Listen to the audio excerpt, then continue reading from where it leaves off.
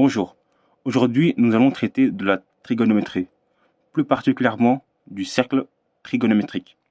Dans cette vidéo, je vais t'apprendre à placer les angles dans ce cercle. D'un côté en degrés et de l'autre en radians. D'abord, traçons le cercle. Mettons le centre et coupons le cercle en 4. Normalement, ici, c'est l'angle 0 degré. Ok. Quand vous faites un tour du cercle, 0 degré. Quand vous faites un tour du cercle, vous faites 360 degrés. Du coup, ici, je mets 360 degrés. Ok. Ça veut dire que la moitié du cercle, en gros, fait 180 degrés. En gros, de là à là, ça fait 180 degrés. Je mets 180. Et si vous divisez le cercle en 4, de là à là, ça fait 90 degrés. Car ici, il y a un angle droit. Du coup, ici, je vais mettre 90 degrés. Et ici, ça va faire 180 plus 90 degrés, ce qui fait 270 degrés. Ainsi, vous aviez déjà les angles remarquables, une partie des angles remarquables. Maintenant, on va s'intéresser à ce cadran-là. Ah oui, je ne vous l'ai pas dit, mais en fait, dans le cercle trigonométrique, il y a 4 cadrans. Ça, c'est le cadran numéro 1, le cadran numéro 2, le cadran numéro 3, et le quatrième cadran. Intéressons-nous d'abord au premier cadran. Ici, quand vous divisez l'angle en deux, on est d'accord que c'est comme si vous divisez 90 en deux. Ce qui fait du coup 145 degrés. Du coup, cet angle-là fait 45 degrés. Si vous divisiez ce cadran-là en 3 parties égaux, vous allez obtenir à chaque fois 30 degrés, 30 degrés et 30 degrés. Car 90 divisé par 3, ça fait 30. Ça donne ça. En gros, de là à là, c'est 30 degrés. De là à là, c'est 30 degrés. Et de là à là, c'est 30 degrés. Et du coup, ça veut dire que de là à là, ça fait 30 degrés plus 30 degrés, qui fait 60 degrés. Ainsi, vous avez ici 60 degrés. Et ici, 30 degrés. Et du coup, au milieu, ici, qui est 45 degrés, que je vais mettre en bleu. Ainsi, vous obteniez les angles remarquables. Ah oui, dernière chose. Si vous lisiez le cercle trigonométrique de ce sens-là, les angles que vous allez lire vont prendre un signe plus. Et si vous faites l'inverse, que vous allez du sens opposé, eh bien les angles que vous allez lire vont prendre un signe moins. Exemple, de là à là, ce sera 30 degrés. C'est positif. Par contre, si vous le lisiez de ce sens-là, de là à là, ce sera moins 30 degrés. Ainsi de suite. Et si vous arrivez ici, ce ne sera pas moins 270, mais ce sera moins 90 degrés, moins 180 degrés et moins 270 degrés. Maintenant, pour passer tout ça en radians, c'est simple. Vous aviez deux options. Des élèves préfèrent l'un et d'autres préfèrent l'autre. Soit vous préfériez les formules, dans ce cas, il y aura une formule pour cela. Soit vous préfériez travailler avec le cercle. Dans ce cas, la méthode sera appelée cercle. Bon, c'est pas français, hein, mais bon. En ce qui concerne la formule, c'est alpha fois pi sur 180. Je m'explique. Pardon. En gros, alpha, ce sera l'angle que vous voudriez transformer en radian, ou bien convertir en radian.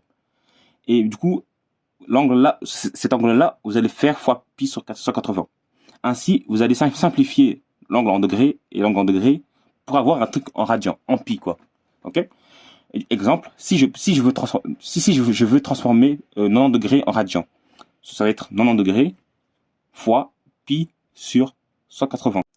Du coup, ça donne ça fait 90 degrés pi sur 180 degrés. Et 90 sur 180 degrés, ça fait 1,5. Du coup, ça fait pi sur 2. Ainsi, vous voyez que 90 degrés en radian, ça fait pi sur 2. Un autre exemple, 30 degrés. Du coup, on va faire 30 degrés fois pi sur 180 degrés.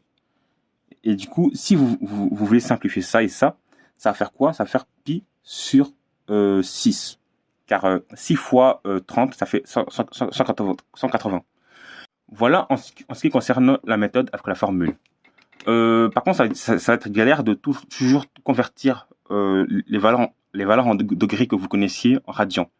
Du coup, ce que je vous conseille, c'est de retenir cette conversion par cœur. Pour ça, il vous fait juste la liste des angles remarquables. 0 degré, 30 degrés, 45 degrés, 60 degrés, 90 degrés, 180 degrés et 360 degrés. Bon, après, il y a 270. J'ai oublié de mettre 270 degrés. Voilà. Et du coup, 0 degré en radian, c'est 0. Ou 0 pi, si vous préférez. 30 degrés en radian, c'est pi sur 6.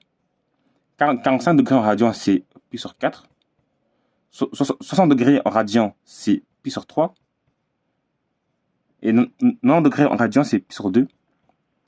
180 degrés, c'est pi.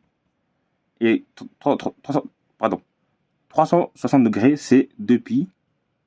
Et 270 degrés, c'est 3 pi sur 2. Avec la formule, vous allez obtenir les mêmes résultats. Juste que, vu que ces angles-là vont réapparaître de manière infinie, je vous conseille de les étudier par cœur. Même pour ceux qui vont prendre la méthode avec le cercle. Maintenant, avec le cercle, soit vous préfériez d'abord placer les valeurs en degrés, les angles en degrés, et après convertir chacun en radian, ou soit vous allez réfléchir et vous dire que en vrai, la seule valeur à connaître en radian, c'est 180 degrés, qui vaut pi. À ce moment-là, avec ça, vous pouviez tout faire. Pourquoi? Car si pi, c'est la moitié du chemin ici, car je rappelle, la radian, c'est le cercle là. C'est la longueur du cercle qui est ici. Si pi, c'est la moitié du cercle, ça veut dire que le cercle entier, c'est 2 pi. OK? Et du coup, ici, c'est un quart du cercle, d'accord? Un quart du cercle. Dans ce cas, ce sera 2 pi sur 4, qui fait pi sur 2. OK? Pi sur 2. Et vu que la moitié de un quart du cercle, c'est 1/8 du cercle, parce que ici, 45 degrés, normalement, c'est la moitié du 1 quart, qui est 90 degrés. Et ici, vu que c'est la moitié de 1 quart, du coup, c'est 1/8. Dans ce cas, vous allez faire 2 pi, qui est le cercle total, sur 8. Et ça fait quoi? Pi sur 4. Pi sur 4. Du coup, ici, ça fait pi sur 4. Et ici, vu que c'est 30 degrés, et que... Non, vu qu'ici... Non, d'abord ici. Ici, c'est 1/6 du cercle. Pourquoi? Parce que, en gros, 60, c'est 1/6 de 180. Donc, on va faire 2 pi divisé par 6. OK? Ce qui me fait pi sur 3. Dans ce cas, je vais mettre ici pi sur 3. Et pour finir, 30 degrés par rapport à 180 degrés, ou bien par rapport à 360 degrés. Mais le mieux, c'est par rapport à 180 degrés. En gros, 30 degrés, c'est 1/6 de 180 degrés. Car 6 fois 3, ça fait 180. Non, pardon. 6 fois 30 fait 180. Du coup, ça veut dire que ce sera pi sur 6. Et du coup, ici, c'est pi sur 6. Ou bien 2 pi ici divisé par, dans ce cas, 12. Parce que 30 degrés, c'est 1/12 de 180 degrés. Non, 360 degrés. Mais ça reste la même chose. Du coup, ainsi, vous aviez les angles remarquables en radian. Ah oui, j'ai oublié celui-là. Ça, c'est 3 quarts du cercle. On est d'accord. Du coup, 3 quarts du cercle, c'est comme si vous faisiez 3 quarts fois 2 pi. Du coup, ça fait quoi? Ça fait 3 pi sur 2.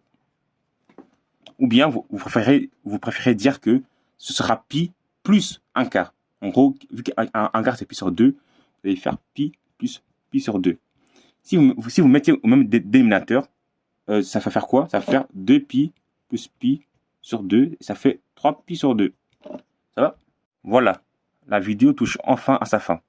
Dans une prochaine vidéo, je vais vous montrer comment placer le sinus et le cosinus, ainsi que comment représenter le sinus d'un angle et le cosinus d'un angle.